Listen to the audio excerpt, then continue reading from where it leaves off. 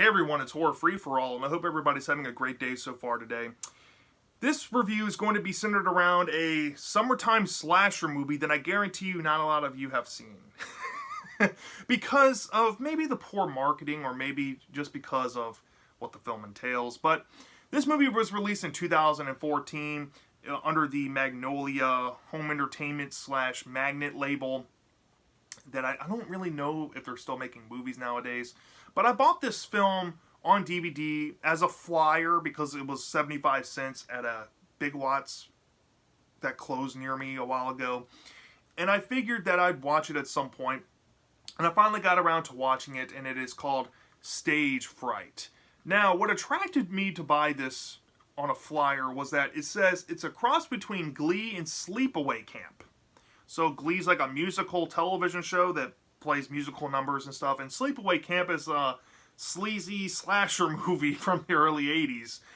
And it says Stage Fright is creepy and frequently quite gory. So I looked on the back and it said there's deadly sing-along. So I'm like, oh wow, this is going to be a camp slasher movie. Let's see what this thing is about. And it didn't hurt that Meatloaf a Day, who's this actor that I recognize as the dad from Tenacious D, Pick Up Destiny, and I remember my parents having albums of his growing up, and I remember listening to some of his songs and stuff. I was like, okay, he's in this, and then Minnie Driver, you know, she's in a lot of musical stuff. She's really talented, quite beautiful herself. So I was like, let's try this out. Not knowing anything about this film, I'll say this up front. When you think about a camp slasher, and you think about all the trappings that previous camp slashers have done, this film, I think, kind of desecrates the camp slasher a little bit. And it's not because of what you would think. The musical aspect to this film does not desecrate what a camp slasher is, but I do think that this film gets a lot wrong with how it sets up its characters, how it pretty much envelops plot. I think it spends too much focus in the wrong areas, or I guess the right areas if you're coming to this movie for the niche reason behind it. It's a slasher with a musical aspect to it. And I have a lot to unpack with the film, but I want to stress this to you. If you have never seen this film before, you need to kind of just lower your expectations now. It's not what you think it will be. It's just not what you think it will be. And I'll leave it at that. But let's get into the plot overview of Stage Fright without giving too much away. So, the film's main character is named Camilla. And her brother work at this musical theater camp that essentially is run by her and her brother's stepfather. And they're under custody of the stepfather, who's played by Meatloaf, by the way. And it's because years ago, about 10 years prior to the events of what's going on in the film, her mother had this part in this musical play called The Haunting of the Opera, which is another Phantom of the Opera play on of just, been there, done that, when we're dealing with horror in musicals, or just horror in, like, movies and stuff. We've seen this done. A Phantom of the Megaplex with Disney Channel did something like this, kind of trying to reimagine it. It's kind of like a reimagining of that, but not really. But anyways, 10 years prior, her mother was murdered in her dressing room by an unknown killer. And what happened was, after that, the director tried to put on the play again, or the musical again, and the director got killed by presumably the same killer. So people deemed the musical cursed and thought to never put on another production of it. Meanwhile, you have to understand that this Haunting with the Opera used to be on Broadway. Well, 10 years later at this camp, which is pretty much like a propping board to get some of these younger musical talents noticed by Broadway talent, is deciding to put on this musical. And within the first few minutes of this film, you're going to notice the musical numbers. Now, all these kids coming on buses to this camp, they're singing musical numbers, and some of the lines are kind of funny, but you get introduced to, I guess, a core some core cast members. One girl is pretty much her thing is that she has a lisp. One girl is like really young, and that seems to be her shtick. She's like the cute little girl. One guy is an out of a closet gay guy that is kind of flamboyant, and one is a seemingly closeted gay guy that seems to be overly into women and trying to overcompensate. And that's pretty much all the personalities you get out of those characters throughout the whole movie.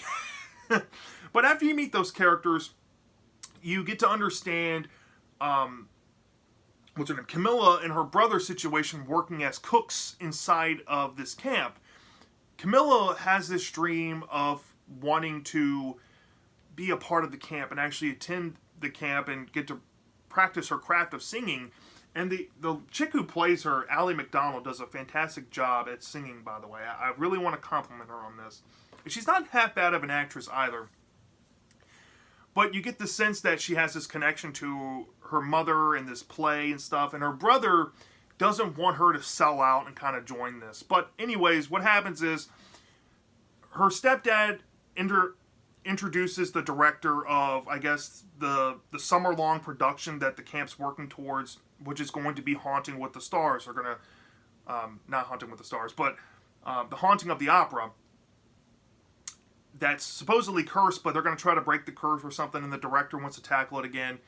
And this inspires Camilla to try out an audition for this musical, and she ends up getting the part, but like a co-part with this other girl who seems to be the most talented girl in the camp. And the director's like, I'm going to put you through this whole process, and I'm going to decide on opening night who's going to end up getting the leading part. And the leading part is special to Camilla because her mother played that part, right? And throughout the film, you also get this sense of maybe there's a killer involved, somebody that's taken upon himself to dress up like one of the characters inside of the musical. He has his own personality with some like rock bits to him. You don't see much killing until near the final act of the film, and that's where it kind of all picks up. You realize it's kind of like a whodunit. You see some people get some brutal deaths, even for this type of film. And you, of course, figure out who the killer is and their backstory. And then there's another added twist, which I think is kind of refreshing for a whodunit, about what happened in the years prior and what became of that. And essentially, the film wraps up after that. And the ending is kind of confusing, but it is what it is. And that's essentially what you're going to expect at a Stage Fright now. Stage Fright. I guess we'll start off with some positives, because I don't think I have much positives to give it. But I will say this. I watched the making of this film, and I want to apologize if I get these names kind of mixed up here. But I think the music and the plot and the direction of the film, the director, was done by Jerome Sable, and he had this other fellow named Eli Battalion helping write the music. And I don't know who did the makeup effects. I didn't see that on the making of this DVD. Because recently I've been trying to watch the making of to kind of get an idea where they were going. But I do get a sense that Jerome Sable was a slasher fan and also a musical fan at heart. And I think that he took a big swing with this film. For better or for worse, this film might scratch a niche for people out there looking for something like this. Looking for like a slasher summertime musical. This kind of does deliver that in some ways. I think he put a lot of effort into the kills in this film. I think that some of the kill ideas he had were actually really fucking cool for a slasher film. There's one death involving a couple of falling lights that pierces a person's foot, and there's kind of coinciding with that, there's a light, like a standing light without the shade on it, and there's just the bulb. And let's just say the bulb interacts with the mouth. That shit was pretty cool and pretty creative. I think there's some kills that weren't all that creative as well. But there's some really gory bits to this movie. And I was shocked by that. And I have to give Jerome Sable some props here. Some of the songs were kind of catchy, even for musical standards. I think most of this movie shines, besides the kills, is some of the songs. Now, some of the songs can be kind of cringe, because there's so many throughout this film. I think this film runs, how long is this? Only 88 minutes. Okay, apparently it's only 88 minutes, but it feels a lot longer than it is because of the musical bits. But some of the songs have some funny ass lyrics. And especially by the guy who's like the in the closet gay guy, who I recognize as the school shooter from Degrassi named Rick. Yeah, he's in this movie playing a closeted gay guy that's overcompensating with women, and a lot of the lyrics he has in some of the songs just interacting with like camp life and stuff are hilarious. Now, I guess those are pretty much my only positives, besides I think Jerome Sable's directing here and his directing style was actually pretty captivating, even though there's some splotchy moments, and I'll get into that in the negatives. I think he, for the most part, brought a solid job here. And I guess, I got one more thing. The killer in this movie is so much fun if you're willing to give yourself to the film. There's this rock element with the killer, and he has these funny one-liners, like, break a leg! And he's saying it like that, but like in a musical voice. And there's this really cool metal rock music playing along that sometimes coincides with the theater music they're practicing and stuff. It's really good when it is good. And that's near the end of the film, and I think the final portions of the movie is where it's actually great in a lot of ways. Kind of textbook, where we're dealing with the whodunit stuff, but it's mostly fine and passable. The ending is kind of confusing, but that final 30 or so minutes, or I guess the final act or final third of the film, is great for what it is, for this type of movie here. But I guess we'll get into some negatives here. There's no killing in this movie. Hardly. Maybe, besides the opening kill with the mom, but that's kind of off screen. And there's a maybe another kill before the final act, if I can remember. But, yeah, it takes a long time to get to the good stuff in this film. And that really bugs me. I think the pace of this really suffers. Like I said, it's mostly because they just put so much musical numbers to flesh out the runtime of this. I don't think they put enough focus into characterizing the characters in the story and letting the story take over, which is bleeding into my second negative with this. You would think that in a camp slasher musical, that there would be more camp life and camp interactions and fleshing out some characters. But no, the creators here thought it would be better to keep them more cardboard and more known for kind of taboo reasons. Like, there's one guy, he's a stagehand, and he's openly gay. But the only scenes we ever see him in is when he's singing, helping singing in a number, or saying something that alludes to his gayness. And I don't know if that's really good character writing. And the same thing kind of applies with the girl with the lisp. She's just kind of like, minus her having a lisp, she's constantly trying to call home and talk to her mom. And then the guy that's closeted and, he's a closet gay, he is just so one note with his overcompensation that you don't really understand this potential reveal that comes near the end. I mean, you see it coming. It's kind of predictable. It involves him and the openly gay guy, but all of that does not feel earned. You know what I mean? He's just there.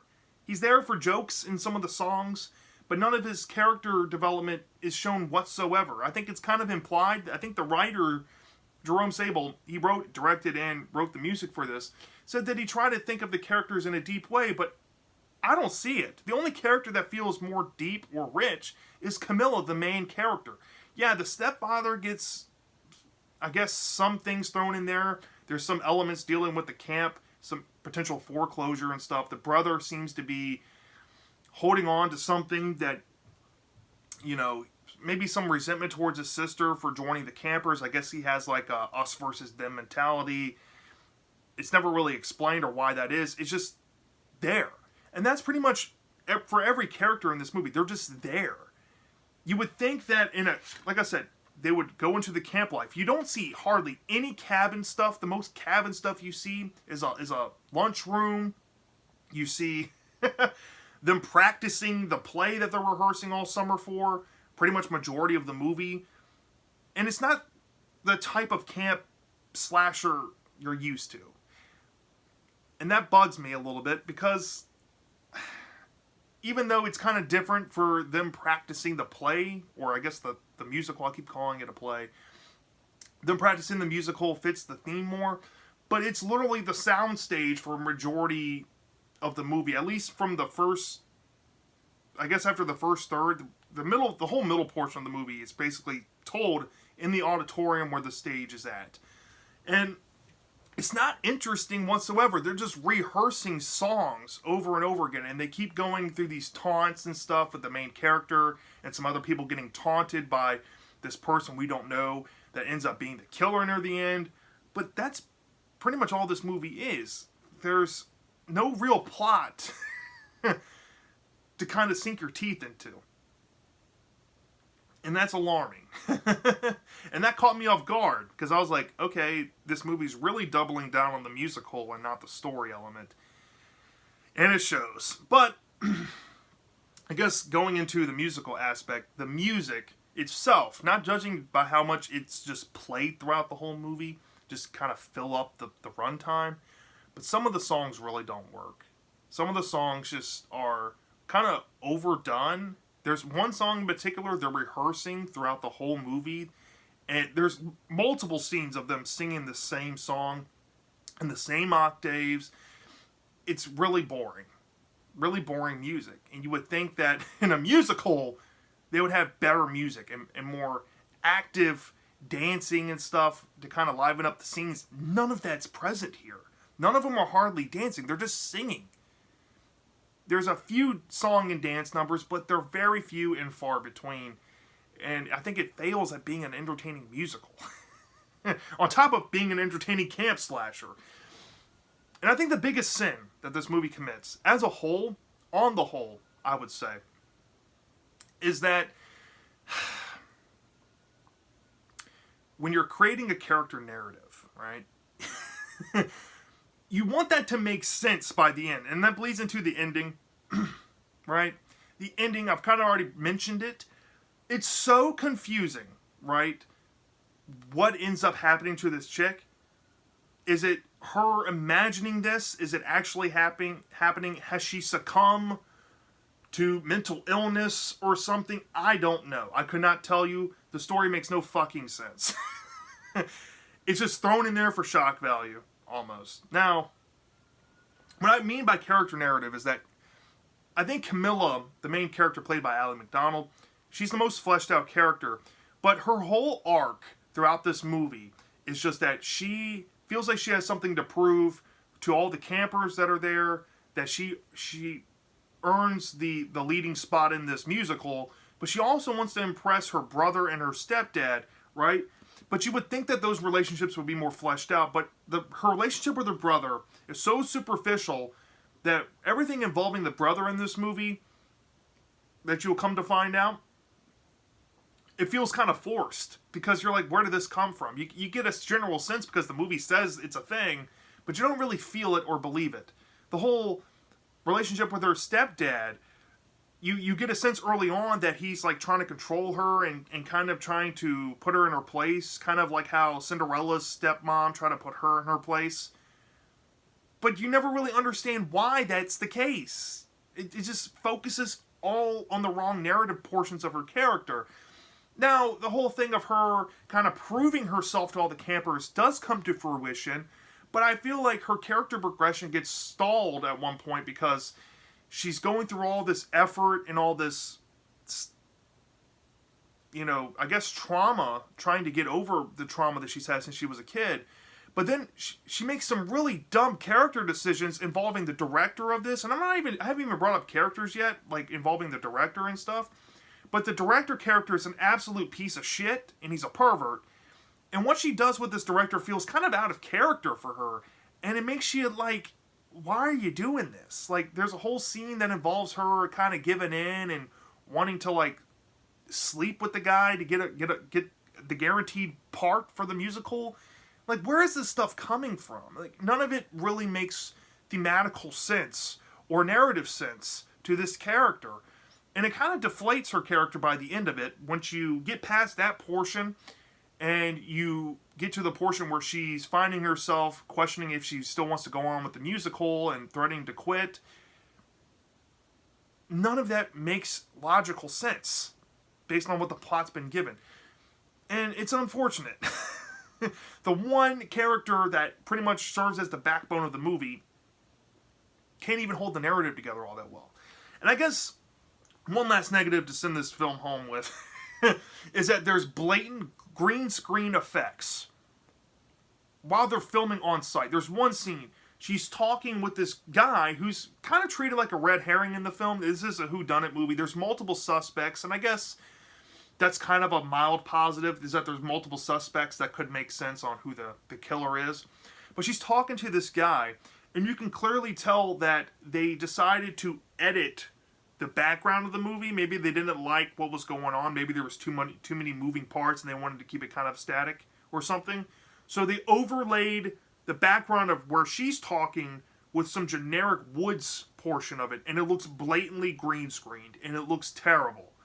And it's not just this scene I'm pointing out, it happens early on in the movie, but there's a couple of scenes that look like that. Like, the editors went in like, oh, I don't like this, and they went in and just superimposed something that makes it look obvious. The editing of this film was kind of atrocious, if I'm being honest. I don't know if they were cutting parts of the story out as well. That probably could have been the case. But man, I think this film surprisingly needed just at least 10 more minutes just to flesh out the story. But it also did not need all this editing to it that just took away from experiencing some of the dialogue that we did get in the film, because it looks so atrocious in the background. And all in all, this movie, right, for how niche this film is, right, can I recommend it? I honestly cannot recommend this movie. Actually, I would probably recommend to steer away from this film. Maybe if you haven't tried this movie before, if you're curious about it, it's a camp time slasher mixed with a musical. If that's something you want to try, this would be the film to do it. It has its clear positives with it. I think the killer's fun. I think the music near the end, when it blends the killer's rock music with the theater music, is actually great. The final 30 minutes of this movie is very serviceable, minus the ending. If nothing else, just fast forward until the killer starts coming out in the film and experience it from that point forward. Because when he's in the film, it saves everything. Everything else is just kind of bad, in my opinion. Not something that I would want to rewatch. I have it on DVD in my collection. I know it's on Blu-ray. I only upgrade movies to Blu-ray that I actually care about. Or if I'm taking a flyer on things these days, I'll lean towards the Blu-ray. But if I find DVDs cheap enough, I'll buy them. I'll keep this in the collection just as like I have it as a novelty thing, but rewatching it, I just don't see myself doing it. And from like a 0 to 5 star basis, y'all, I'd probably give this movie like a 2.5 out of 5 stars. I think this movie's just okay.